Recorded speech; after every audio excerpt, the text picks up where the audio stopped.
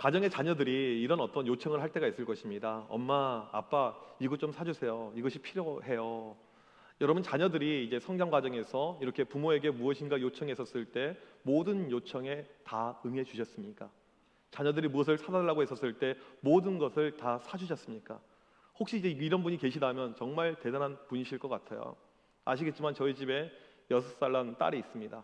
제가 애한테 좀 약해요. 약점을 잡혔나 어떻게 했나 모르겠는데 끊임없이 저한테 요청합니다. 어젯밤에도 애는 자기 전마다 항상 저한테 요청해요. 아빠 이거 사줘, 이거 사줘, 계속해서요.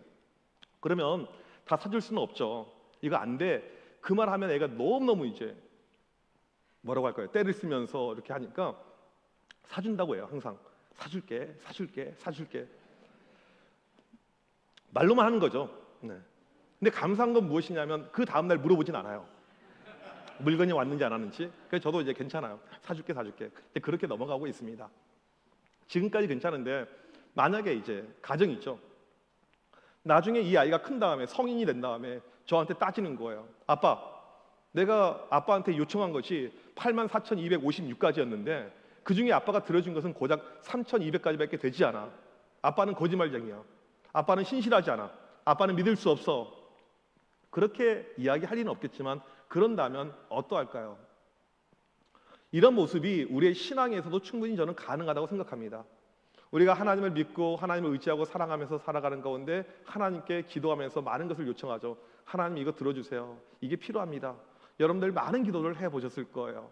그런데 때로는 하나님의 응답이 없는 것 같아요. 하나님 왜 역사하지 않습니까? 제가 그렇게 기도하고 그렇게 하나님께 부르짖었는데 왜 자녀의 문제 해결해 주지 않으세요? 10년째 기도하고 있는 것 왜 이거 해결해 주지 않으세요?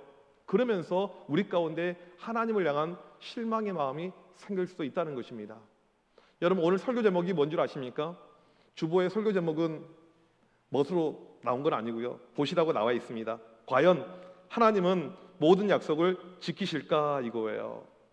과연 하나님께서 우리와 맺은 약속들, 내가 구하면 다 응답해 주겠다고 약속했는데 우리의 모든 약속 다 들어주시는가? 저는 오늘 이 내용에 대해서 한번 우리가 이야기해 보려고 그래요. 정말 하나님께서 다 들어주시는지, 약속을 지켜주시는지, 그러지 않은지 오늘 본문에 답이 있습니다.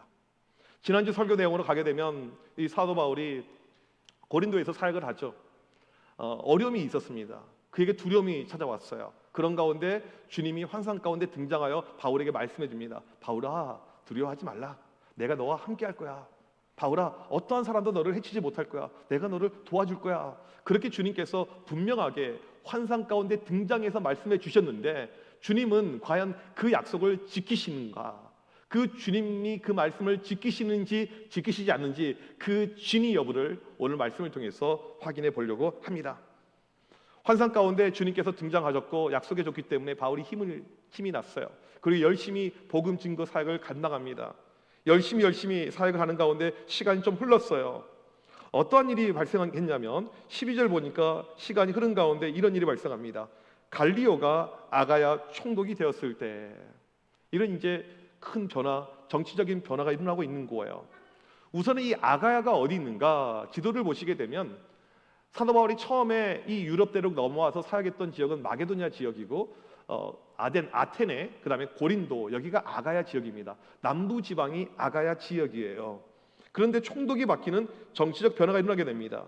오늘 말씀에 총독의 이름이 나옵니다. 갈리오라고 나오고 있습니다. 총독의 이름과 제위기간이 그리스 델포이 신전 비문에 실제로 발견이 되었습니다.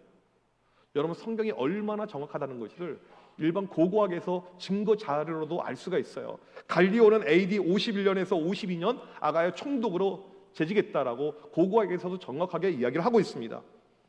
이 갈리오는 본명이 아닙니다. 본명이 무엇이냐면 루키우스 안나이우스 노바투스예요. 왜 이름이 바뀌게 되었나?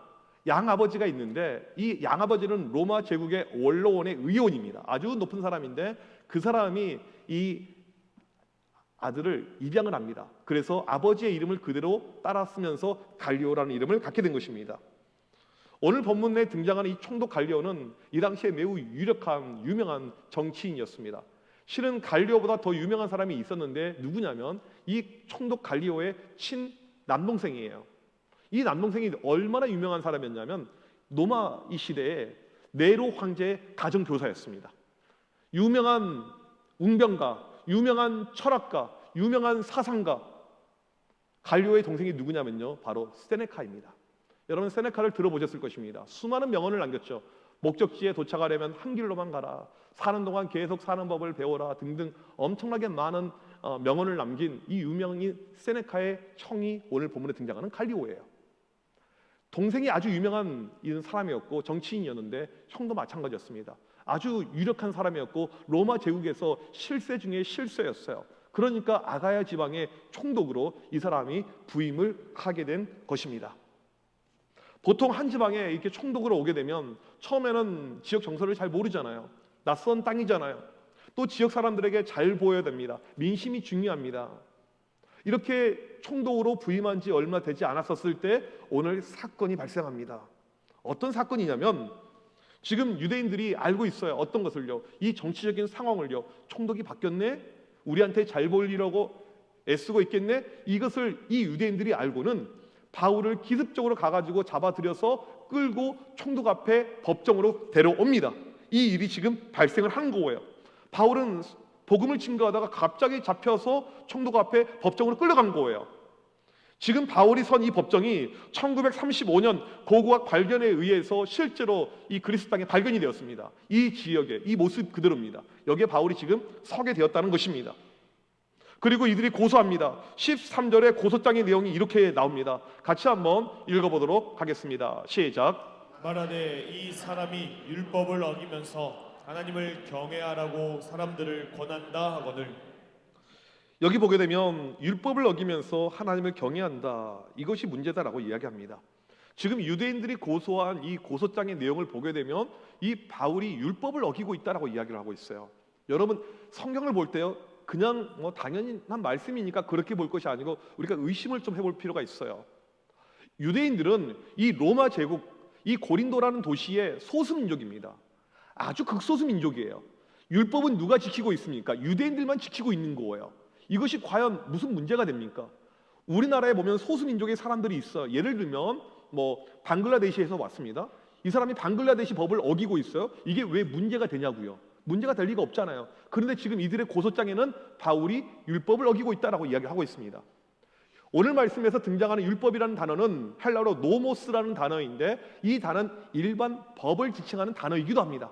그래서 많은 학자들은 이 단어의 해석을 그냥 법이라고 해석하는 것이 맞다라고 주장을 해요. 그렇게 봤었을 때 이렇게 해석이 가능합니다. 지금 이 바울이라는 작자가 와가지고 로마 법을 어기고 있다, 로마 법을 어기면서 자기가 믿고 있는 신을, 하나님을 우리한테 믿으라고 강요하고 있다, 이러면서 도시를 혼란케 하고 있고 지금 사례를 문란하게 하고 있다, 이상한 종교를 끌고 와서 사람들에게 강요하고 있다, 로마 법을 어기고 있다, 지금 그렇게 고발을 하고 있는 것입니다. 이렇게 보면 충분히 이해가 되죠. 이 로마 시대에는요, 모든 종교를 그냥 포교를 할 수 있는 것이 아니었습니다. 제국에서 인정해준 종교만 포교 활동이 가능했어요. 유대교는 가능했습니다. 인정해줬기 때문에. 하지만 지금 바울이 증거하고 있는 복음, 기독교 복음은 안 되었어요. 그래서 이들이 지금 고소해서 바울을 끌고 온 것입니다. 이런 지금 상황이라는 것이죠. 새로운 종교를 끌고 와서 백성들을 선동하고 사회적 무리를 일으키고 있다라고 이야기를 합니다. 지금 유대인들이 바울을 고소하는데 뭘로 고소합니까? 정치적인 이유로 고소를 하고 있어요. 지금 이상한 종교를 갖고 와서 도시를, 나라를, 로마 제국을 어지럽히고 있다, 사회적인 문제를 일으키고 있다라고 이야기를 합니다. 여러분, 누군가가 복음을 증거하면서 종교적인 이유로 감옥에 가게 되면요, 이것은 별로 큰 죄로 갈 수가 없습니다. 신앙 때문에, 믿음 때문에 누가 잘못한다? 법에 접촉될 일도 없겠지만 된다 할지라도 큰 죄가 안 돼요. 하지만 이것이 정치적인 죄로 가는 그 순간에 아주 커지게 되는 것입니다.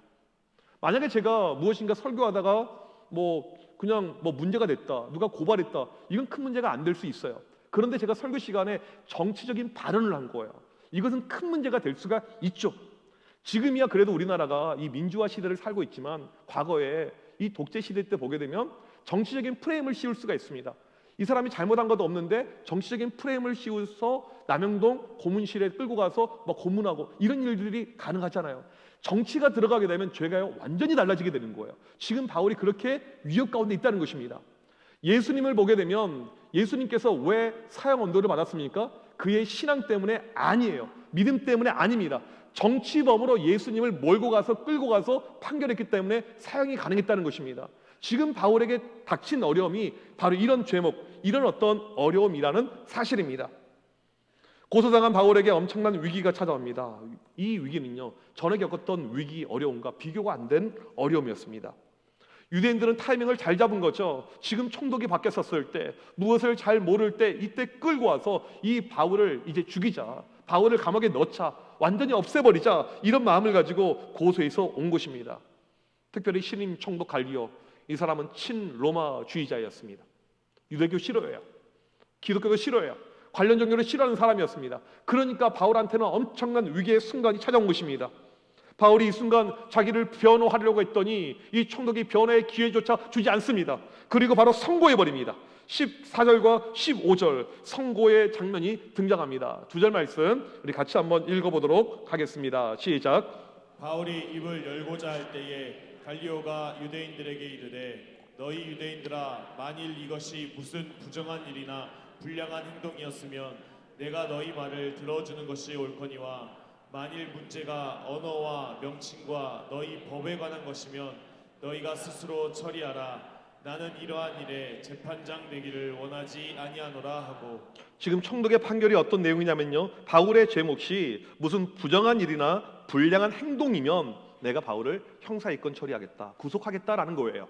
그러니까 바울이 사기를 쳤다든지 사람을 구타했다든지 이런 불량한 행동, 부정한 모습이라면 내가 이 사람에게 처벌하는 것이 마땅하겠지만 언어나 명칭이나 법에 대한 것이라면 처리하지 않겠다라고 이야기합니다. 지금 이 총독이 특정하고 있어요. 언어, 명칭, 너희 법 이렇게 이야기합니다. 이 언어가 무엇을 이야기하냐면 언어의 헬라어가 로고스입니다. 우리 성경에 흔히 말씀으로 번역이 되어져 있어요. 지금 바울이 이야기하고 있는 죄목이 이 내용이 하나님 말씀에 대한 것이라면 내가 처리하지 않겠다 이런 뜻입니다. 두 번째가 무엇입니까? 명칭이에요. 어떤 것을 이야기합니까? 예수를 그리스도라고 명칭하는 것, 칭하는 것, 이 문제라면 내가 처리하지 않겠다 이것입니다. 세 번째는 법이 있죠. 유대인의 율법을 이야기하는데 유대인들이 지키는 율법에 대한 내용이라면 내가 처리하지 않겠다라고 이야기합니다. 총독은 지금 뭐라고 이야기합니까? 그러므로 기각한다, 기각을 선포하는 거예요. 바울은 혐의 없음 이렇게 끝내버립니다. 유대인들은 바울을 없앨 수 있는 좋은 기회라고 절호의 찬스라고 데려왔는데 이 총독이 지금 혐의 없음, 기각 끝내버리고 있습니다.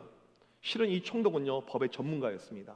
그래서 오늘 말씀에 이 바울의 기소되어 올라온 내용들, 언어, 명칭, 법에 대해서 정확하게 판결을 내립니다.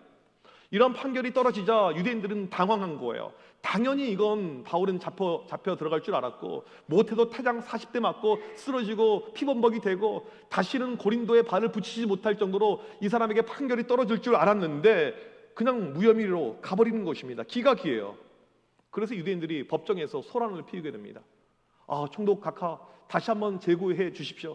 이 바울은 로마를 어지럽게 하는 자입니다. 이상한 이교, 사교를 갖고 와서 우리를 지금 혼란케 하고 있습니다.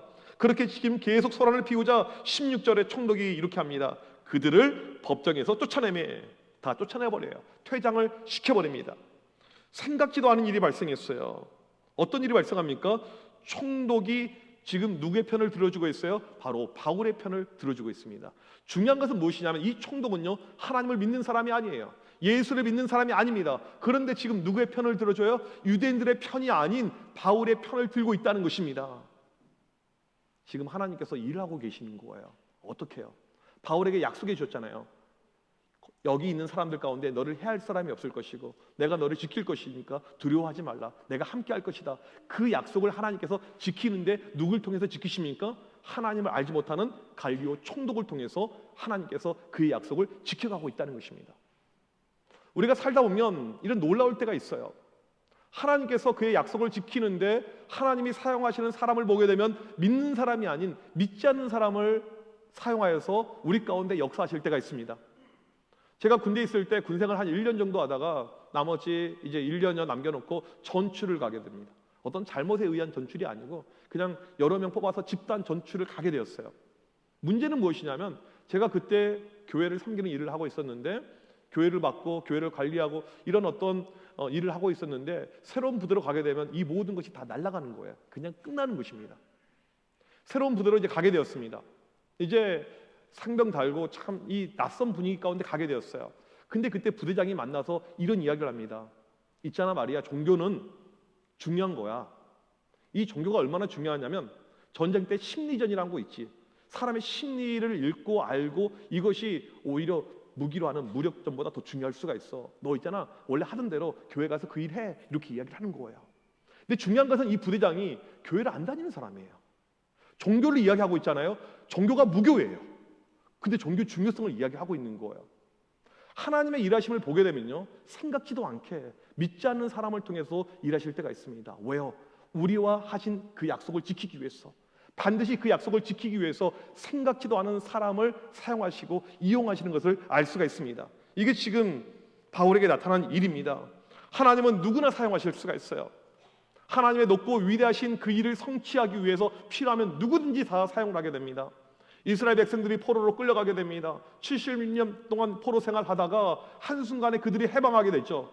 페르시아의 왕이었던 고레스가 해방을 선포합니다. 칙령을 선포해요. 한순간에요. 고레스는 하나님을 믿는 사람이 아니에요. 하나님과 상관이 없습니다. 하나님이 고레스를 사용하신 것이죠. 이게 하나님이 일하시는 방법이에요. 요나가 하나님께 불순종하고 이 니느웨로 가게 됩니다. 그때 발에 풍랑이 크게 임하게 됩니다. 사람들이 다 죽게 되었어요. 하나님께서 요나에게 말씀을 해야 됩니다. 요나가 자고 있어요. 자는 요나를 깨웁니다. 그리고 하나님께서 말씀해 줍니다. 누구의 입술을 통해서요? 선장의 입술을 통해서. 선장은 하나님을 믿는 사람이 아니었어요. 하나님은 자기의 일을 하기 위해서, 우리와 맺으신 그 약속을 지키기 위해서 때로는 믿지 않는 사람들, 하나님과 아무런 상관없는 사람들을 이용하는 사실을 우리가 알 수가 있습니다.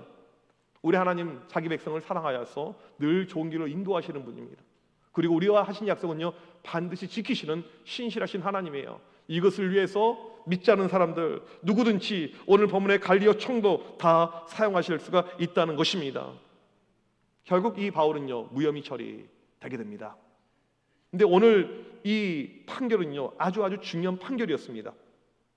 만약에 바울이 형사 입건되고 이제 정식으로 마지막에 판사가 판결 내려서 구속, 징역 10년 이렇게 떨어졌다면 정말 큰일이거든요. 무슨 큰일입니까? 바울이 지금 로마 제국을 다니면서 복음을 증거하고 있는데 모든 복음 증거가 다 막히게 되는 거예요. 왜요? 이것이 판례가 되기 때문에. 바울은 이교도를 증거한 잘못된 사람이다. 이것이 판례가 되기 때문에 지금 하나님께서 이것을 막고 있는 거예요. 앞으로도 계속 복음 증거가 돼야 되기 때문에 바울의 사역은 문제가 없다.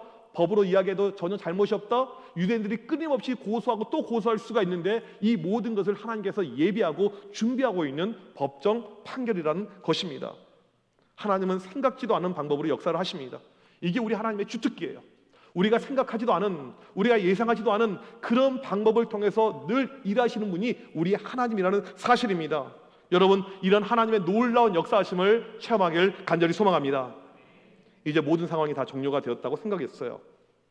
뜬금없는 일이 한 가지 발생합니다. 이게 바로 오늘 말씀 17절 내용입니다. 같이 한번 읽어보도록 하겠습니다. 시작. 모든 사람이 회단장 소스데네를 잡아 법정 앞에서 때리되 갈리오가 이 일을 상관하지 아니하니라. 지금 법원 판결이 끝났는데 거기에 있는 사람들, 그러니까 고린도 사람들이 가서 이 유대인의 회당장 소스데네를 집단 구타를 하게 됩니다. 이게 오늘 말씀에 뜬금없이 등장하는 장면이에요.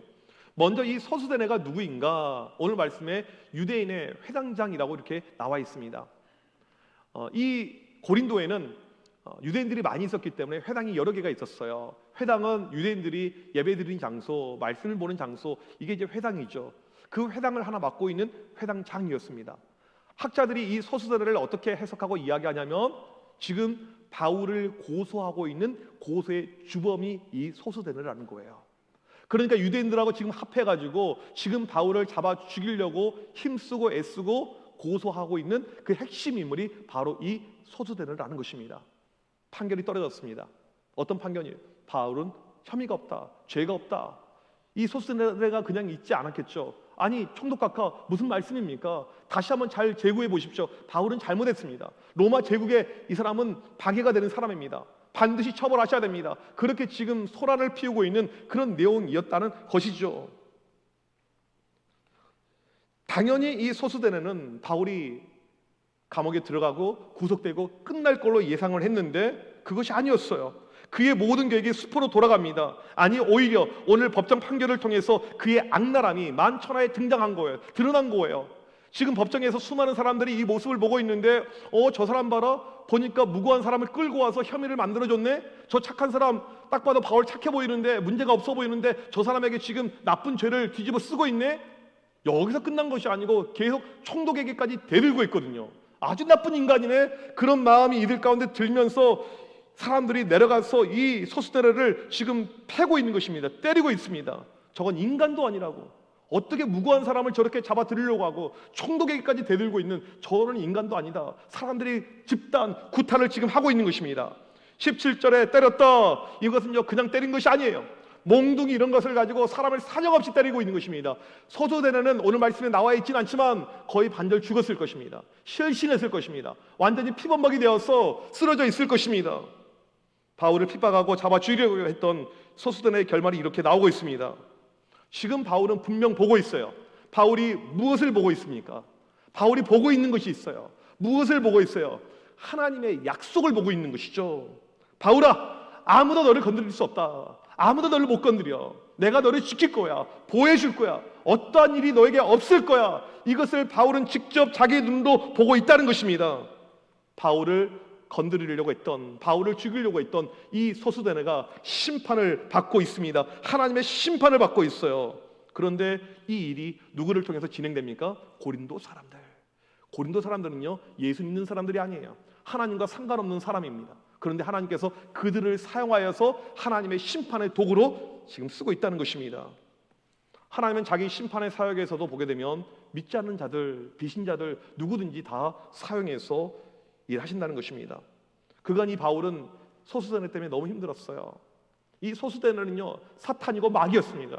바울을 끊임없이 죽이려고 하고 복음진과 사역을 방해했고 회당에도 못 들어가게 하고 여러 가지 방해 공작, 사역에 대한 모든 네거티브한 일을 다 했던 사람인데 지금 결국 이 사람이 심판을 당하게 됩니다. 누가 심판합니까? 하나님께서 심판해요.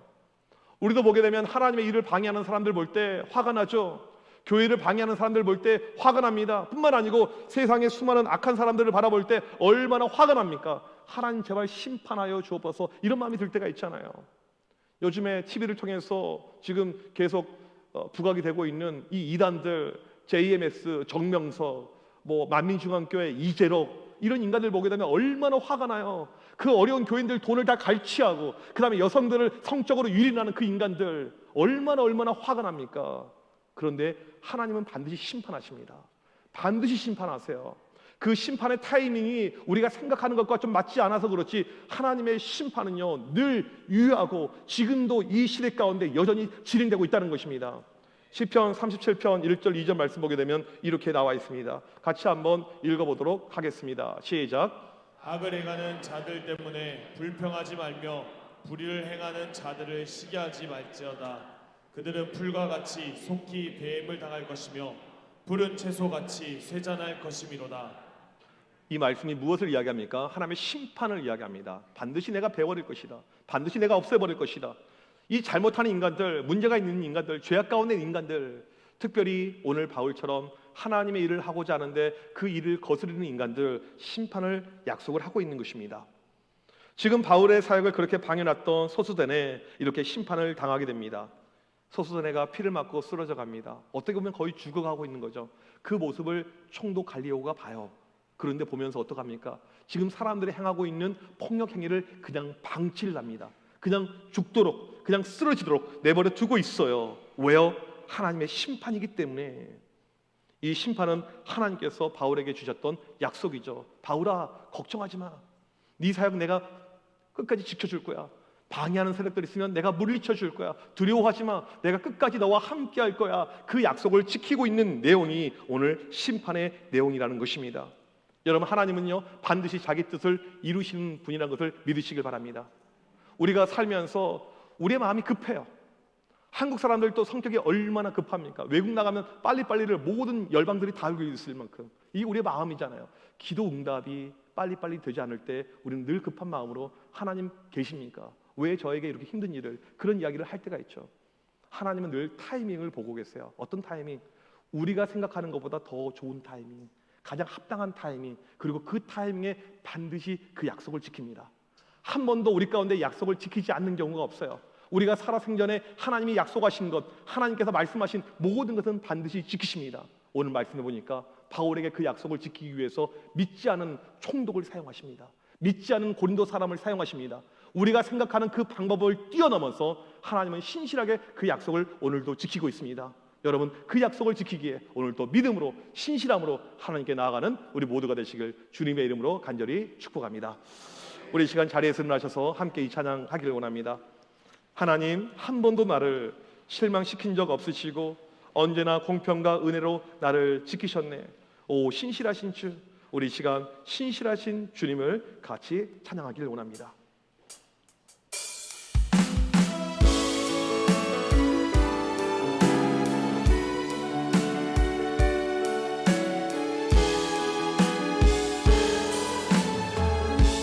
하나님, 한 번도 나를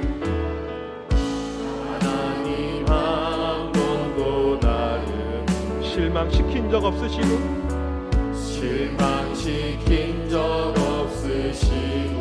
언제나 공평과 은혜로 나를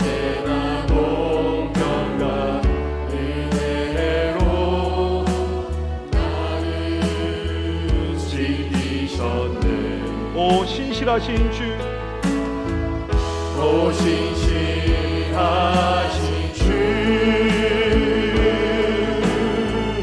오 신실하신 주,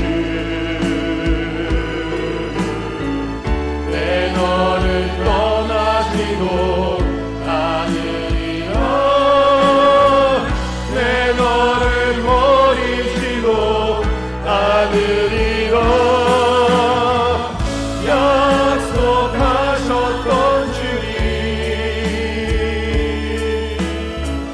그 약속을 지키사 이후로도 영원토록 나를 지키시리라 확신하네. 지나온 모든 세월들,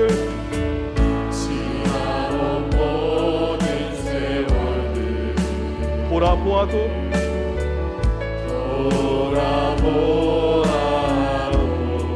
그 어느 하나 주의 손길, 그 어느 것 하나 주의 손길 안 미친 건 전혀 없네. 오 신실하신 주, 오 신실하신 주,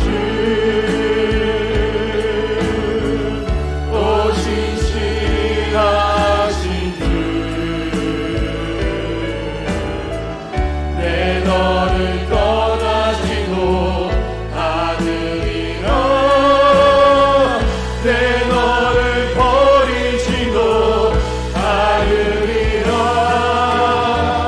약속하셨던 주님, 그 약속을 지키사 이후로도 영원토록 나를 지키시리라 확신하.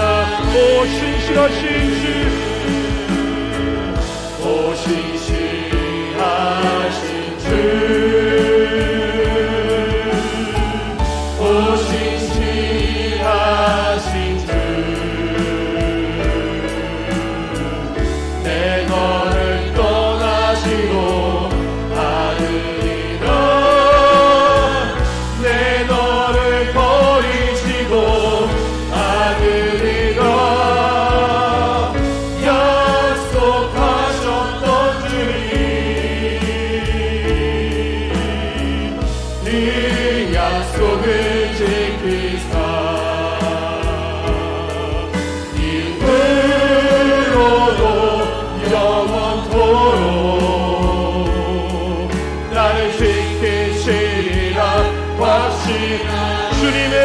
위대하시 주님의 높고 위대하심을